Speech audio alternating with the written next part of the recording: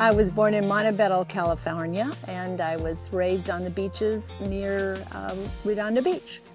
And my dad was an aeronautical engineer, and my mother was could have come off of Father Knows Best. So we had dinner every night at 5:15, and my dad knew he was raising a proper lady and didn't let me wear jeans in the house. But I said, I'm a cowgirl, and that's what I want to be. And my dad is an adventurer. We traveled around the country, visited the national parks. But on Saturdays, he'd take me down to Redondo Beach and we'd ride ponies. And it was so much fun that whenever he'd take me off the pony at probably a quarter a lap, I don't know, I'd cry. So he'd have to pay another quarter and I'd make another lap and could just stay right there. Not far away from where we lived was a railroad track, and across the railroad track were some boarding horses.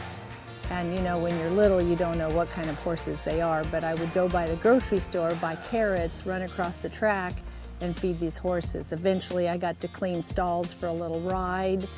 I had some friends, and my folks had friends that had a sales yard. And at the sales yard, of course, there were cattle, and we had a sale on Saturday, so I got to ride the horses and chase the cattle into the ring. And then my dad made the mistake of taking me to the National Finals Rodeo when it was in Los Angeles, and I saw the real cowgirls. They were running barrels and they were carrying flags and grand entry, and I thought I'd died and gone to heaven. When I saw the barrel race, which I wasn't familiar with at the National Finals Rodeo, it was easy to be able to turn the trash cans upside down at the sales yard on Saturday after we worked all day chasing cattle into the ring. And then we would play around the barrels. And I negotiated with my father when I went to college, because that was never a conversation, it was always an expectation. And he thought I should have some secretarial skills in those days. And I thought I should have some cowgirl skills. So I did some research, and there was a community college not far away that had a rodeo team. So I worked with cattle roping in college and got my associate degree, and then I was drafted by California State Polytechnic University in San Luis Obispo. And at that time they were a rodeo dynasty. So I took my roping and goat tying skills to Cal Poly, changed my major to agriculture, business, and economics, and traveled in the National Intercollegiate Rodeo Circle. Once I graduated, my father thought I should have a job. I went to work as a flight attendant for Delta Airlines, and I was able to take a multitude of leaves of absences. And when I would do so, I'd go take my horse to where the rodeos were, and I'd substitute teach. So during the week, 2 or 3 days, I could substitute teach, keep my money together from my entry fees and my horse feed, train my horse, and try to make a barrel horse.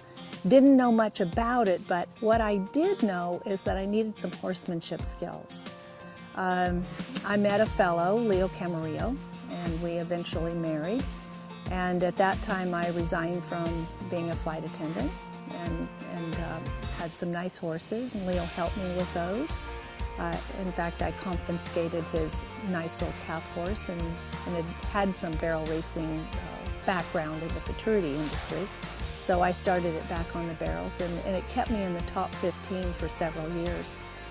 During that time, we had a cutting friend, Leon Harrell, and he called me and said, I've got a really nice cutting horse that is not going to fit into our program for futurities.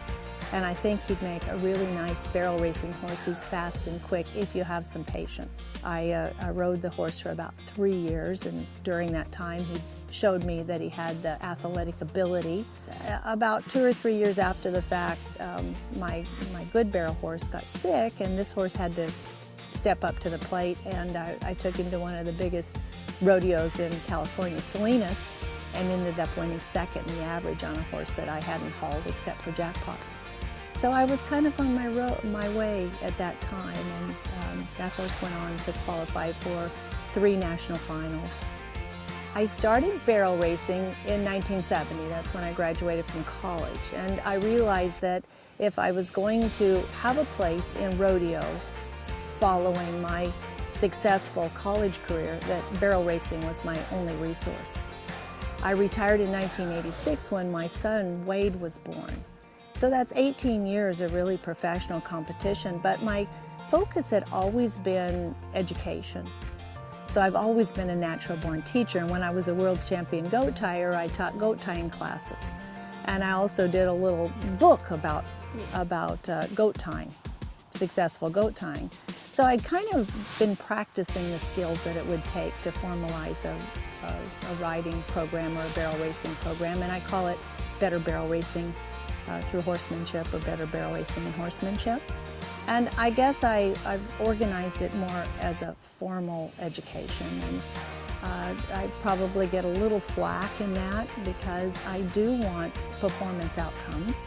And I've had the luxury of working with Blackhawk Community College and Donna Irvin, who's an equine professor there, who believes on the same scale as I do that horsemanship never goes out of style, and the power of good horsemanship in consistent performance.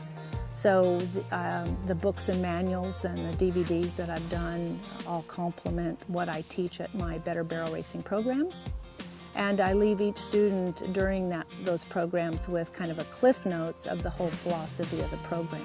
I've always tried to grow and better myself.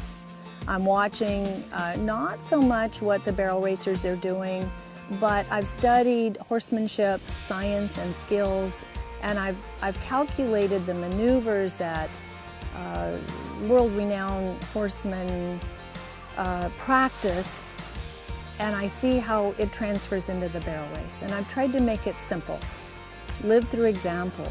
I've always tried to keep my reputation clean. I've always aspired to be a mentor. And when I was a young cowgirl, it was just, you know, I focused in on the people that I wanted to follow. I didn't know how to lead at that time, but I did know who I wanted to follow.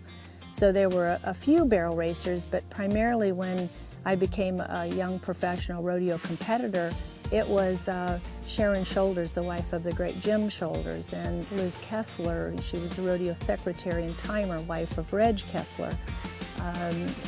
They were significant names in the rodeo industry, and they were gracious women, and that's who I wanted to follow. And then if I could pull that together with the skills in the arena, to be able to ride a horse balanced and gain the respect from my peers in the, not just in the barrel racing industry, but in the whole Western lifestyle or horse industry, that was my big goal. Standing at the podium at the Cowgirl Hall of Fame in 2006 with 1,000 people there to join me, and my father and my son and my family and friends, you think, how in the heck did I get here from the beaches in Redondo Beach? I wasn't raised on a ranch, and here I am, recognized as one of the top cowgirls in the country. You get to a certain age, and you look back, and you just kind of wonder, how come I've been so lucky and successful? So I think a cowgirl is just a woman with spirit. She defines herself with her own set of rules, regardless of what they are, and she believes in herself.